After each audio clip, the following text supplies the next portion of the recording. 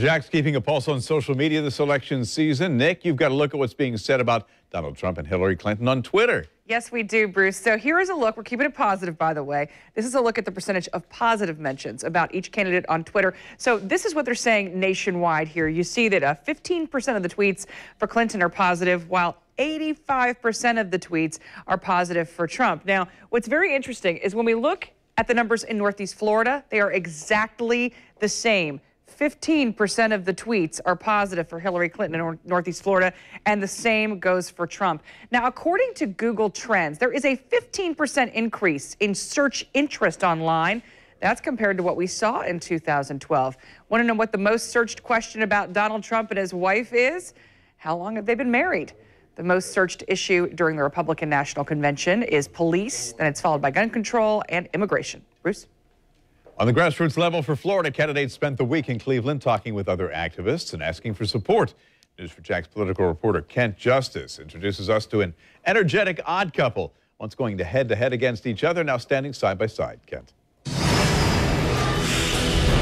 Glo Smith and Twee Low were locked in a race for a Republican spot in Congressional District 5 2 years ago. This time around, as they run, they're cheering each other on as they run for separate seats. Actually, you know, now that we're not running against each other, I see her more, and we do a lot more projects together as a unit than it was when we were running for the same seat. Right, and one of the reasons we do this is because we're two minority women that will normally not be recognized so much by the NRC or even the state party because we're running in a district that's considered unwinnable. Glo and Low say they're running to win, and they see opportunities following the redistricting that split up their battle. Smith is running in the new district where longtime Rep. Corrine Brown faces a federal indictment and a challenging Democratic primary. Low is in the new District 10, which includes Orlando.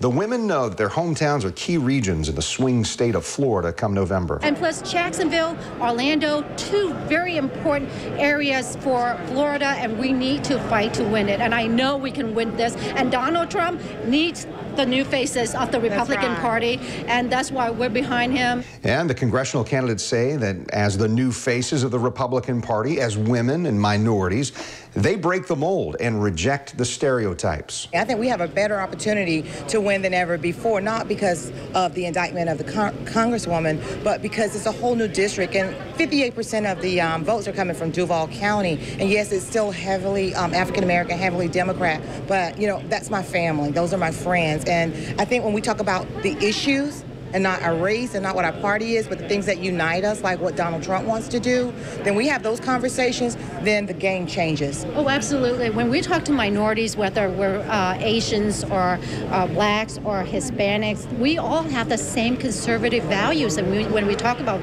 faith, family, and freedom, everybody get it. Twee Low, the only Republican running in new District 10. Glo Smith, the only Republican running in District 5, so that means in the general election, she will probably face either Corrine Brown or Al Lawson. In Cleveland, Kent Justice, Channel 4, the local station. Kent will bring us live coverage from Cleveland once again tonight. Then he travels to Philly for the Democratic National Convention. For complete coverage anytime, head to news4jax.com/conventions. You'll see tweets from Florida's delegation.